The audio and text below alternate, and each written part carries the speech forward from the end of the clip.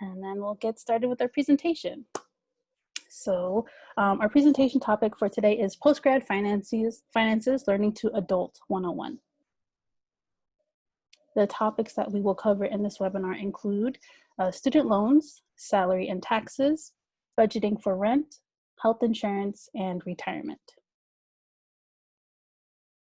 So first up, repaying your loans. Before graduating, or hopefully before you graduated, if you are a recent grad, you created an online account on your loan servicer's website and completed mandatory exit counseling. The reason why it's really important to create an account and then fill out the mandatory exit counseling is that this helps your loan service provider give you recommendations on what the best repayment plan is for you. So, you can also just work with them to figure out what is in your best interest for your repayment plan. As you can see here, the standard repayment plan is 10 years. So it really depends on the kind that you want to go with your loan service provider. So you can pick whichever one you want. Your monthly bill depends on how much you borrowed, the interest rates, and the plan that you signed up for.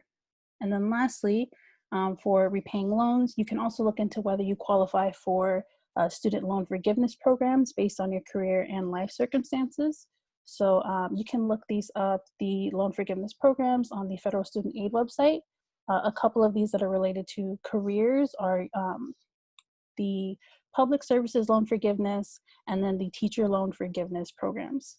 So specifically with the Teacher Loan Forgiveness program, if you teach full-time for 5 complete and consecutive academic years in a low-income school or educational service agency, and meet other qualifications, you may be eligible for forgiveness of up to $17,500 on your federal loans.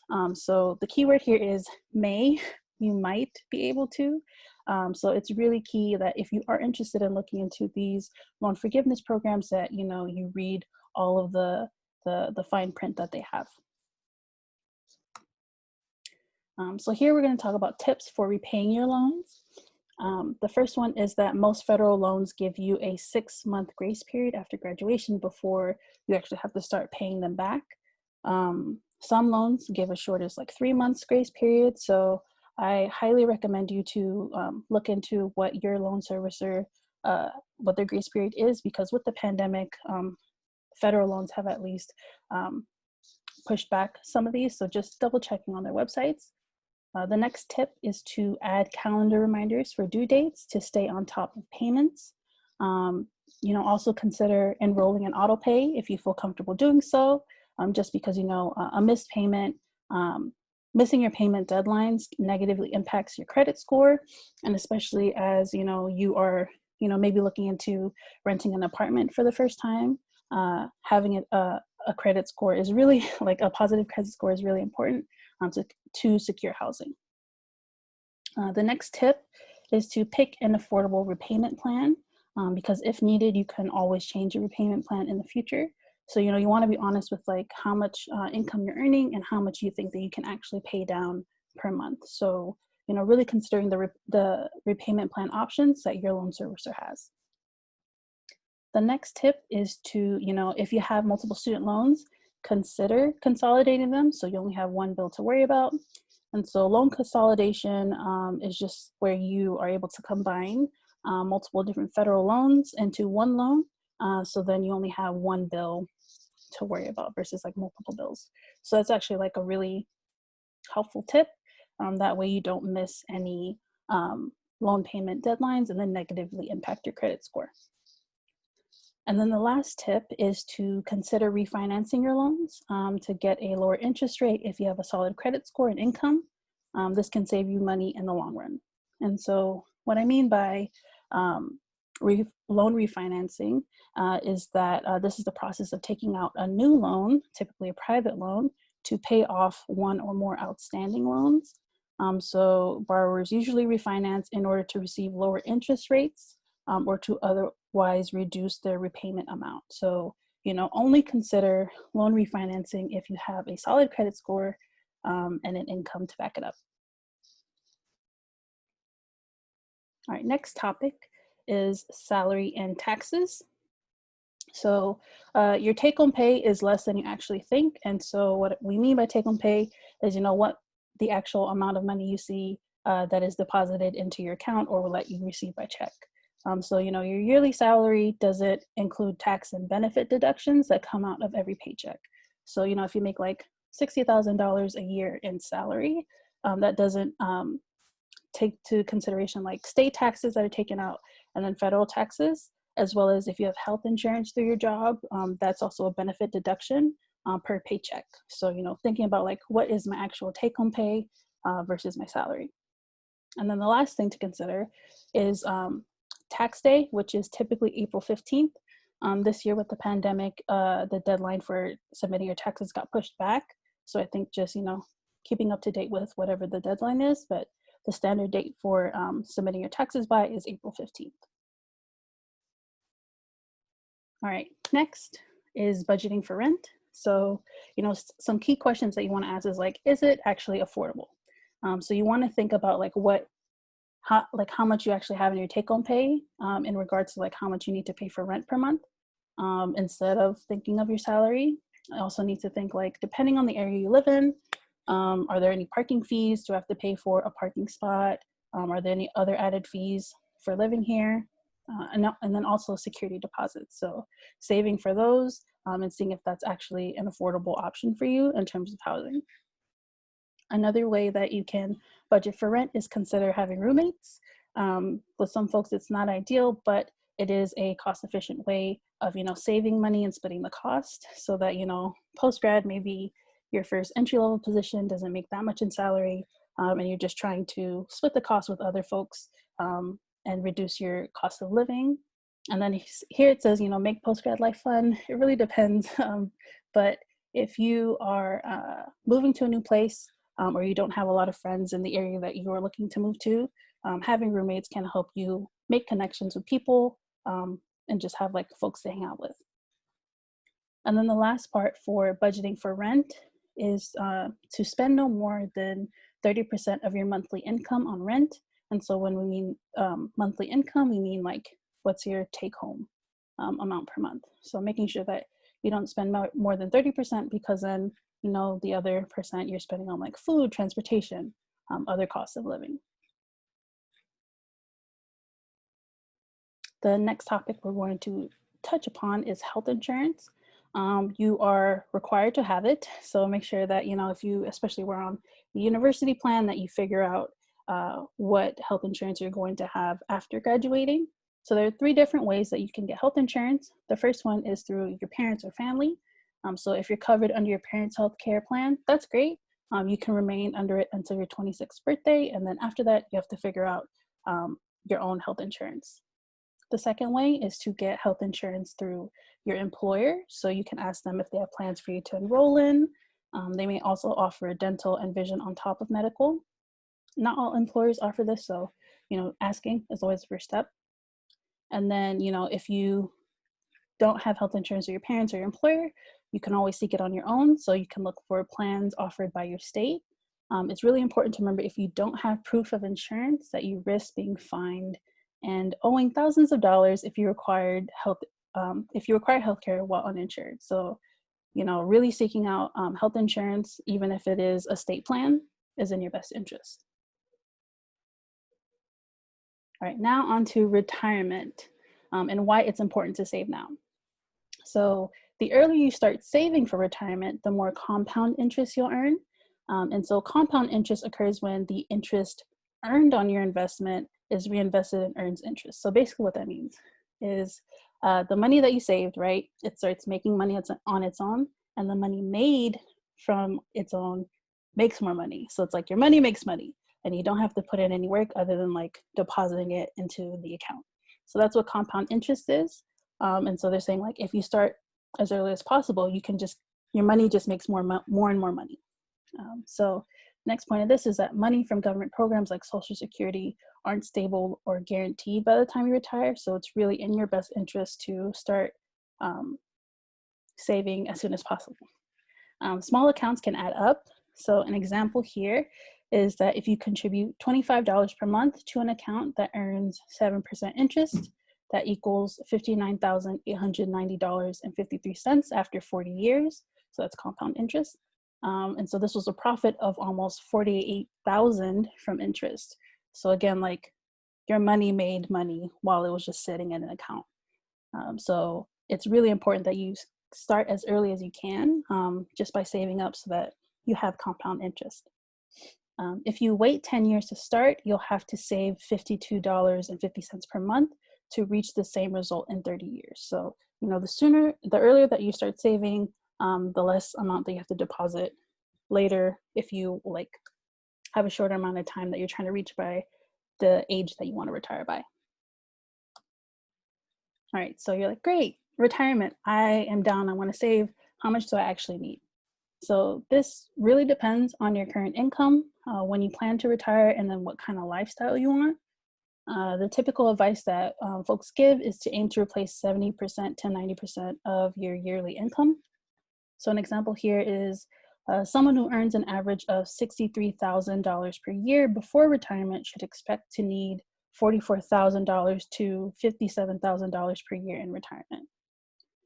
If you're like, numbers, NerdWallet actually has a really good tool for you to use. It's a retirement calculator that can help you figure out like how much you actually need to save by a certain age that you want to retire by.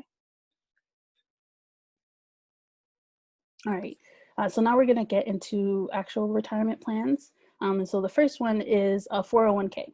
And so you might have heard this before, but we're just going to get into like the basics of it here. So a 401k is a retirement savings plan sponsored by an employer.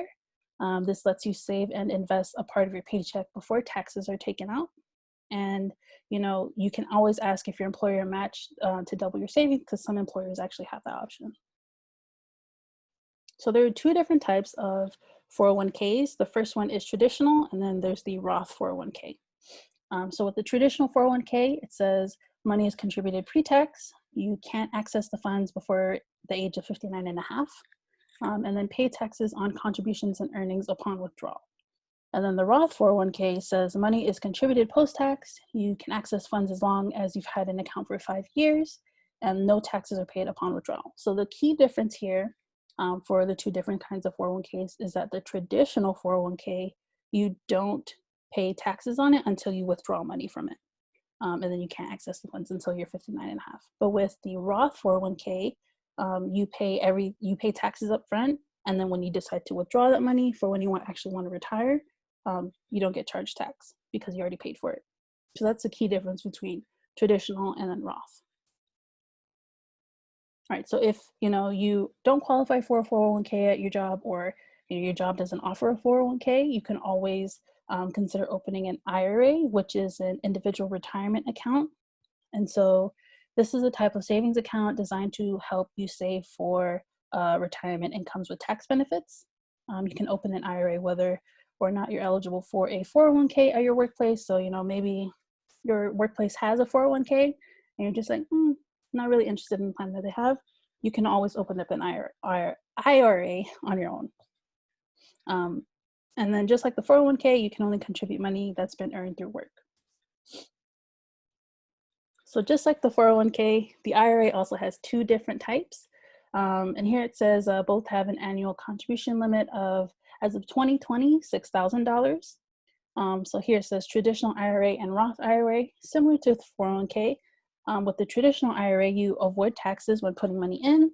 You must take out a certain percentage at age 70 and a half, and then you pay taxes upon withdrawal.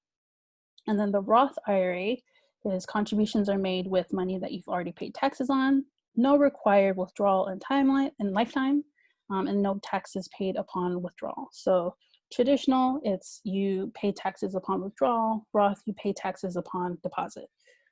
So it really depends, right? Like both types of 401k and IRA, neither one is bad, right? The traditional or the Roth. It really is up to you and your life circumstances of like whether or not you want to pay the taxes upfront or pay them later on in life. So, whatever is the best decision for you, that's what you should go for. All right, and with that being said, that is the end of the presentation portion of this webinar. So now I'm going to open up for Q&A. So feel free to post them in the chat box, and then I will answer them anonymously.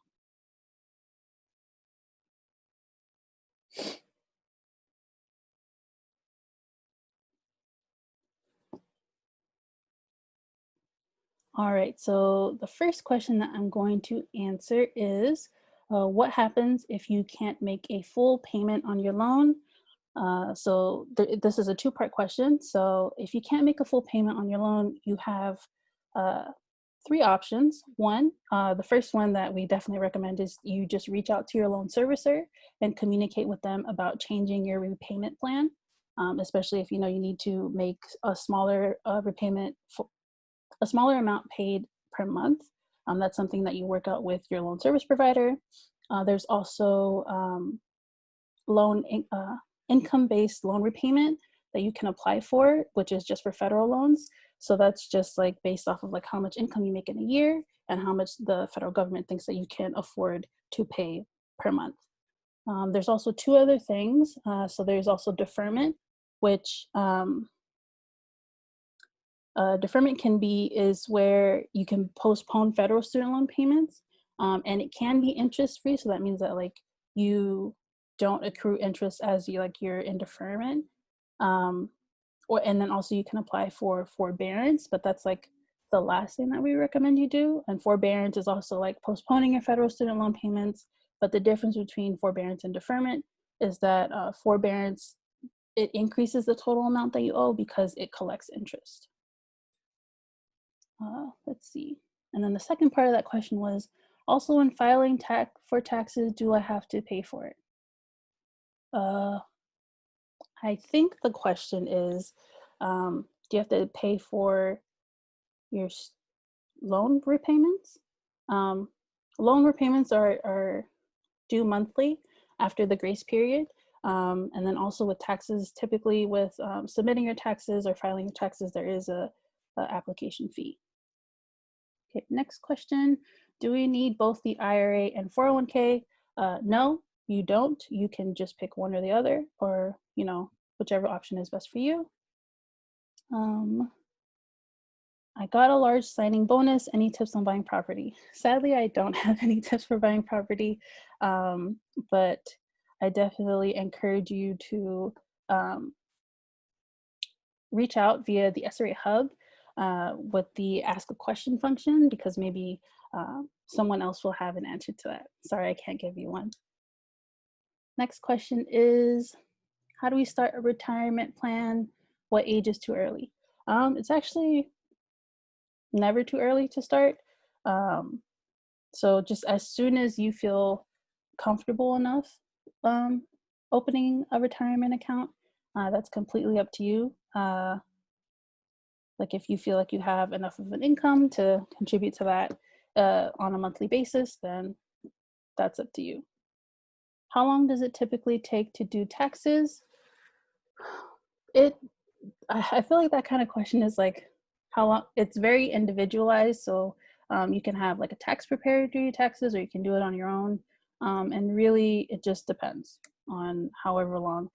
People recommend that you submit taxes as early as possible. So employers, so whoever you've worked with in the previous year where you made income, they have to submit documents to you that show like what you earned in wages, and that's what you use to file taxes. So you typically don't get that until January of the next year, right before taxes are due. So that's when people start submitting their taxes. Even though tax day is April 15th, it's better to submit earlier, because then you know if you're going to get a refund, or if you owe money to the government, which can happen. So really, it just depends on the individual. How could you build interest on your retirement or savings account? So your retirement account, it depends. Each one has their own interest rate that you can look into. And so like if you put money into it, then like that interest rate means that it makes money while it's sitting in that account. Just by opening an account with someone, that money will make money on its own. Is there a will to our retirement plan if we pass away? I actually do not know. That is a good question. I would assume a will and a retirement plan are separate, and that you would have to make a will with like a lawyer, versus a retirement plan is like financial. That is a good question.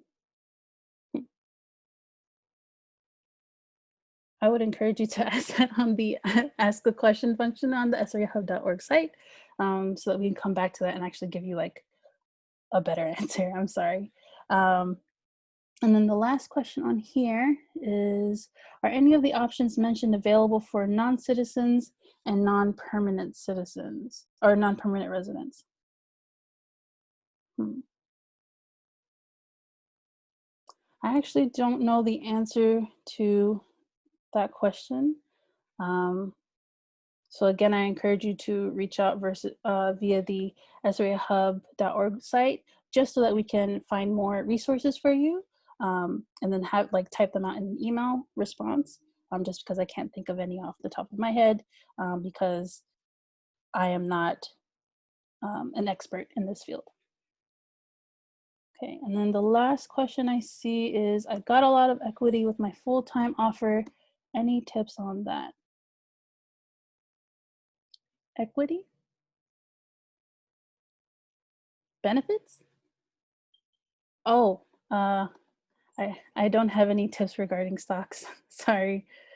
These are very interesting questions you all have, and I definitely encourage you to continue researching online. I don't have any tips on stocks whatsoever, so I wish you the best with that. Let's see. So now we're at 53. I'm going to stop recording, and then I'm going to share actually I'm going to continue recording just so that I can answer folks' questions, but I'm going to have you all fill out the post poll with this topic, and then if you have any questions, feel free to type them in as you fill out the poll.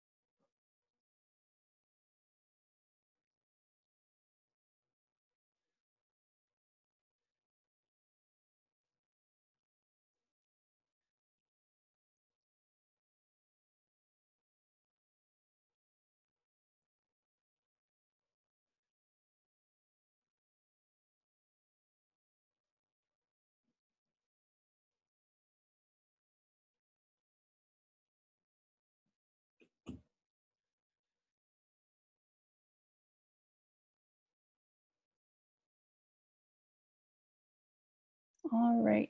Seems like everyone has voted, so thank you all for filling out the poll. And so now I'm going to ask one more time if there are any more questions, if there are any that I missed. Feel free to type them in the chat function.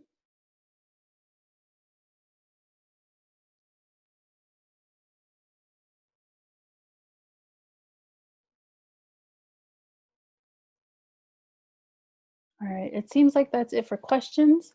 Again, to those of you who asked questions that I was unable to answer during this webinar, please, please, please submit them via the Ask a Question function on the SRA Hub website, because that way an advisor will be able to formulate a longer response in email with actual resources that you can take a look at. So just thank you again for joining me on this webinar, and I wish you the best. Thank you all.